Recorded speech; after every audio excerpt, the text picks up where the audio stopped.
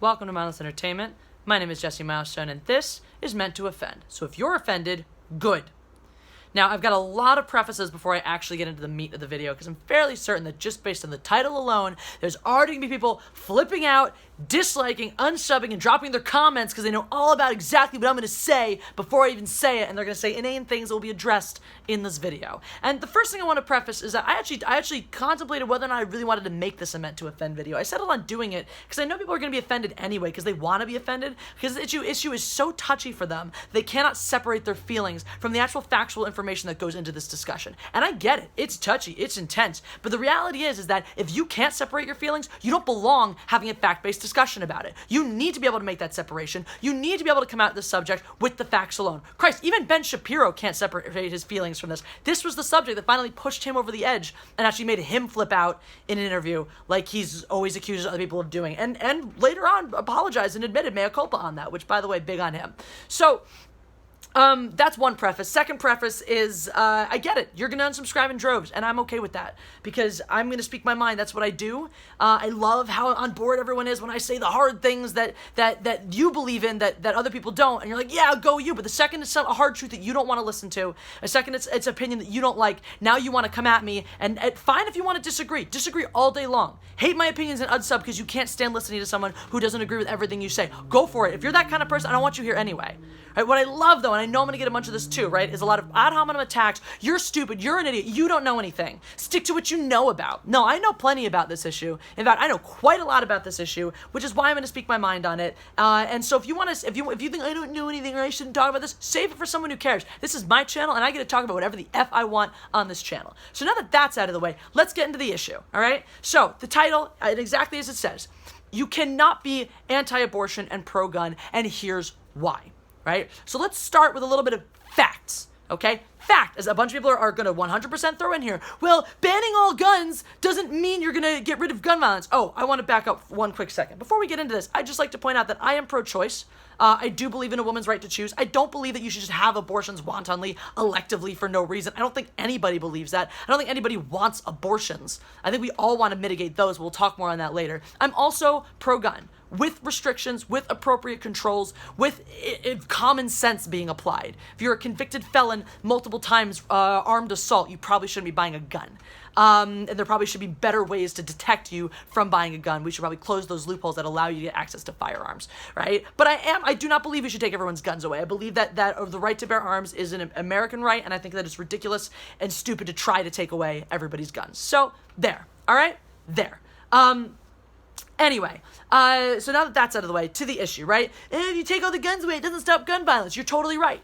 You're totally right. It does not stop all gun violence to take everyone's guns away. We have a border with Mexico where certainly guns would flow in all the time. But what it does do, it means that guns are in the hands of criminals and criminals alone. Well, because by default, it's a criminal to own a gun, and no one's going to go out of their way to possess a gun. No one's going to have that desperate of a need to violate the law to possess a gun without intent to use it. In most cases, right? So you're not eliminating gun violence by eliminating guns. No, you're not. Are you getting rid of some gun violence? We'll get to that in a second, right? Are you eliminating abortions by making abortions illegal? No, you're not. And in point of fact, what makes it so ridiculous for all these people to be so adamantly pro-life, as in ban abortions. Pro-life is fine. Wanting life is great. Life is wonderful. But to make your only angle here ban abortions is so ridiculously naive.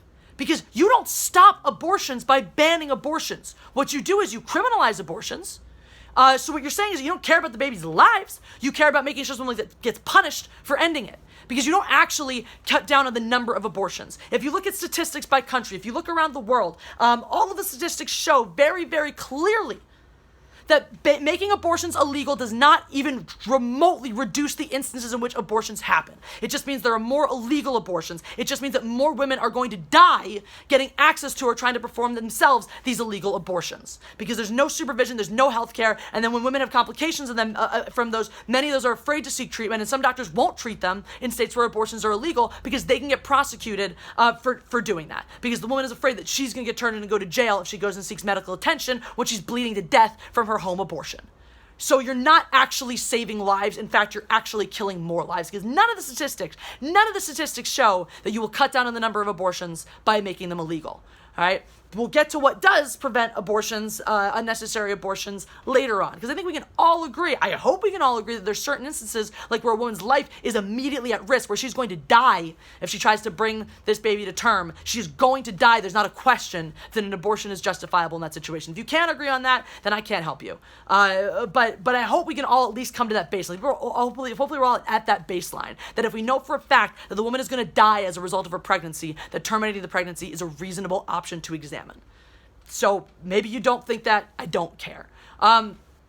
Let's say, for the sake of this argument, let's say that outlawing all abortions, making all abortions illegal, will cut down on the number of abortions in this country by a small margin, by a small amount, by a certain amount, by any amount. And you might say, well, that's good. That's justified, because then we're saving some babies' lives. Babies' lives will be saved by getting rid of all the abortions, legal abortions. There's no science to back that up, but let's say, again, for this theoretical discussion, that is fact, that will happen, that there will be fewer abortions because all the abortions are made illegal. Great. So you're willing to go through that extreme of a measure. You're willing to remove a woman's bodily autonomy. You're willing to say that a woman in any situation, it's okay for them to go through intense physical trauma, emotional trauma, psychological trauma, perhaps crippling debt. It is okay to put a woman through that trauma, permanent physical damage to her body. These things are okay because it will protect maybe one baby's life. It is acceptable risk, right? That's a big decision to make. It's a big thing to say. I think we can all agree with that. If you don't understand that there are consequences for forcing a woman to go through with an unwanted pregnancy, then I don't have anything to say to you. You have to understand that there are risks and there are consequences on both sides of these things, right? Abortions carry a great amount of physical and emotional trauma as well. People don't do these lightly because those traumas, all the trauma that goes along with the pregnancy, you have with an abortion as well. Just certain different factors, like perhaps not crippling debt and maybe not ruining your life. Consider, for example, a 15-year-old, a 14-year-old maybe, who's dating an older boy, a 17-year-old boy and she doesn't know anything about sex education, and her boyfriend convinces her that it's totally fine if they just have sex once, unprotected, it's fine. She's not going to get pregnant, and because she doesn't know any better, she listens to him, she believes him, she gets pregnant. Now we're saying that her life is effectively ruined at this point. She's not going to finish high school. If she does, it's not going to be with her classmates. She's going to be ostracized. She's going to go through thinking about the torment you already go through in high school, it's going to be intensified so much by being pregnant in this situation. The guy's going to get along scot-free. His identity may never even come out as the guy who impregnated her. He has no responsibilities to her whatsoever. He can just continue on as married and never even has to acknowledge that this instance even happened. Whereas her life could be permanently ruined from this experience. And we're saying that's an acceptable risk because it's a life. Right? Life ruining is not the same as life not happening. So it's an acceptable risk. It's acceptable to destroy the quality of life, to destroy the health of women, because actual physically having life is more sacred and more important. Cool. That's where you're going to go with that. That's fine. I'm accepting this argument. So let's go to the gun side of this. Outlawing all guns is not going to eliminate gun violence in this country. Will it decrease gun violence? Absolutely. School shootings. How many school shootings happen as a result of a child getting a hold of his parents' firearm? The child's access to the gun came from right in the house, taking dad's gun. Those school shootings go away. So if you're willing to go through that extreme to say it is okay for women to physically suffer, to emotionally suffer, to financially suffer, to make sure that all life is preserved, you should also be comfortable saying that we should get rid of every single gun because it could save the lives of some children. Because it has the potential to save children's lives. Because it is a surefire way to save children's lives. So we should go through that extreme to make sure that happens. And look at myriad other issues. Gun control is not the only. Guns in this country are not the only thing that take lives. There are plenty of other laws in this country that don't protect our lives or our right to life. Why aren't you fighting those laws just as fervently, just as adamantly? Because changing those laws, unlike changing abortion laws, can actually have that positive effect that you're looking for, which is to improve the number of lives, or to save lives, to keep lives from being lost through frivolous reasons. Think of all the of people who die from chemicals in our food. I mean, that's one right there alone. Europe has outlawed high fructose corn syrup because it's an addictive chemical that's known to lead to obesity, which causes early death. If you're so concerned with preserving life, why aren't we down for outlawing high fructose corn syrup? Why aren't we down to eliminate everything that's going to have a detrimental effect, that's going to cost our society lives? Why aren't you fighting that hard for all of these things? Why just this? Especially when, once again, the science does not support your hypothesis. If we outlaw abortions, abortions will stop happening. That is not correct. All of the numbers show that abortions happen just as much. In fact, the places where abortions happen more are places where people do not have, and I don't mean just nationwide, I mean worldwide. Most illegal abortions are happening in developed countries. Most illegal abortions are happening in areas where people do not have proper access, like this country, to quality sex education and to contraception. The rate of abortions, legal or otherwise, goes down drastically in areas where you do have good sex education, where you do have access to contraception. Those are the facts. That is the science, and you cannot argue. Facts, as we know, facts do not care about your feelings. Your feelings say make all abortions illegal. That's not going to stop them from happening. If you actually care about saving babies' lives, then you're going to go out there and you're going to promote sex education. You're going to promote access to contraception, because those are the only ways, those are the only proven ways to cut down on abortions, on the number of abortions that occur. That is science for you. The numbers support that. The statistics support that. It doesn't matter if your feelings do or don't. Your feelings do not support saying outlawing abortions will make abortions less likely. In fact, quite the opposite. And it's going to lead to far more complications and more women dying because of that. Because most deaths caused by illegal abortions are preventable deaths. Are deaths that would not happen if a woman has the option to go to a doctor's office and see this through. And finally, as a little addendum to this whole issue, I want to just go back to that point of what you're asking a woman to go through, right? Or maybe potentially putting teenagers and rape victims and people with other health complications and people who are not in a situation to spend 9 months in physical discomfort and sickness and eventual agony to bring a child into this world. That's what you're asking these women to do. And how much responsibility are you taking for that choice? And I'm not just talking to men, I'm not saying men. Anybody who's not making the choice. How much responsibility are you taking for that? How much of the consequence do you suffer for this choice? It's really easy for you to say this is morally and objectively right and wrong because you're not suffering any of the consequences of that decision. Until that day, until we live in a world where everybody who says that, everybody who stops a woman from having an abortion, or, in general, when men are taking equal responsibility, because yes, we're the only ones who have babies. Men aren't even physically capable of withstanding the amount of pain we go through childbirth. So until men are taking 50% of the consequence of an unwanted pregnancy, and that means paying 50% of this child's expenses, that means paying the women's medical expenses, at least 50% of the medical expenses, at least 50% of her therapy, at least 50% of vaginal reconstructive surgery after the fact if need be, until men are suffering equal consequence for an unwanted pregnancy, because guess what? Men are equally complicit, sometimes more so. Because a man can rape a woman who does not want to have sex with him and get her pregnant. That is possible. That is scientifically possible. But in a consensual situation, a man is 50% responsible for that unwanted pregnancy. So it's really easy to sit there and say, oh yeah, you made a bad decision, lady, suffer the consequences. But how about the guy? He made the same decision. He made the same irresponsible decision, and he suffers none of the consequences. Which is why it's more likely for him to make that irresponsible decision and easier for him to make that irresponsible decision because he knows he doesn't have to suffer those consequences. Why is that okay? Why is it okay for him to be able to put a woman in a situation where she has these life-altering consequences? He has zero, but he still has equal or more say in what she gets to do about those life-altering consequences. Because that's the reality. An unwanted pregnancy is life-altering, whether you get an abortion or whether you go to carry the baby to term. It is life-altering.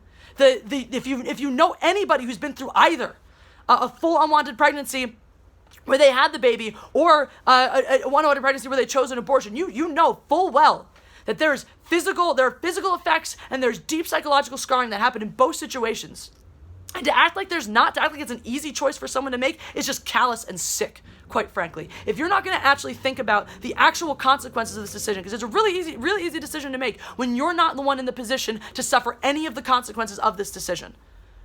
And until you're suffering those consequences, why do you get a say? What other thing in this world do you get to make these many decisions, right? Unless you're a general in the army, do you get to make these many decisions that affect someone's life so poignantly, so intimately, so physically, while you suffer zero of the cost. Even generals have more accountability. If a general sends his soldiers in to die on an ill-advised mission, he can be court-martialed. He can be held accountable for his actions. If a man gets a woman pregnant and doesn't want to take care of the baby, there is nothing that can make him accountable. Even if he's married to her and then gets a divorce, there's no actual legal way to enforce child support. Did you know that? Because that's fact. There are avenues you can take and more pressure you can put, but you cannot legally enforce child support. That the guy has to choose to do it. You may have some recourse to try to add financial pressure on him in order to do it, but you can't. It's not against the law. It's not. It may hurt his case for rights to the child if he wants those, but it's not against the law.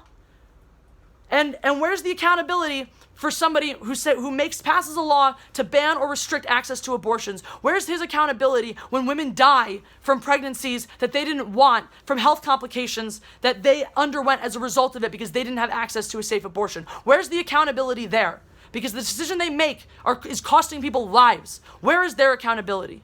So until you're suffering any of the consequences of this decision, you should think twice about whether or not you have the right to make that decision. I don't have that right to make the decision. Nobody has the right to make that decision except for the woman in the situation who actually has to suffer the consequences of the decision. And until you're in that situation where those consequences are yours to deal with, maybe you should lay off this. Maybe this shouldn't even be a debate. And that's it. That's what I got to say. So if you're offended, awesome. And you know what? I needed to say this. I needed to say this because it's important to me and it means a lot to me. And if 200 or 300 or 1,000 of you unsubscribe from my channel, that's fine. Because that's what I do. That's what I do on my channel. I tell you what I think, I tell you what I believe, and I argue for the things that I know are right. And I don't need your approval to do it. So if you enjoyed this video, there's a button for that. Go ahead and press that like button. If you hated this and you want to go away, that's fine. If you disagree and you want to have a respectful discussion about it, drop your words below. I'm up for heated too. You can use strong language. That's fine. But don't expect to get a response from me if you want to come at me and be like, you're stupid and don't know anything. Because guess what? I know a hell of a lot more than you think and that you give me credit for. So like I said, press the like button if you're into this. If you're not, that's fine. If you enjoy this content, click get involved with me. It'll give you all the links, different ways to get more involved in this channel. Helps you grow. Check out No One Likes Us. It's the new LA cheesesteak review. Little teaser for you. Subscribe to that channel. Get a Jesse Shot First t-shirt designed by Anna, that Star Wars girl, and keep being awesome, because if you're still on board with this channel, then I'm still on board with you. Thank you so much, and I can't do this without you. God Empress out.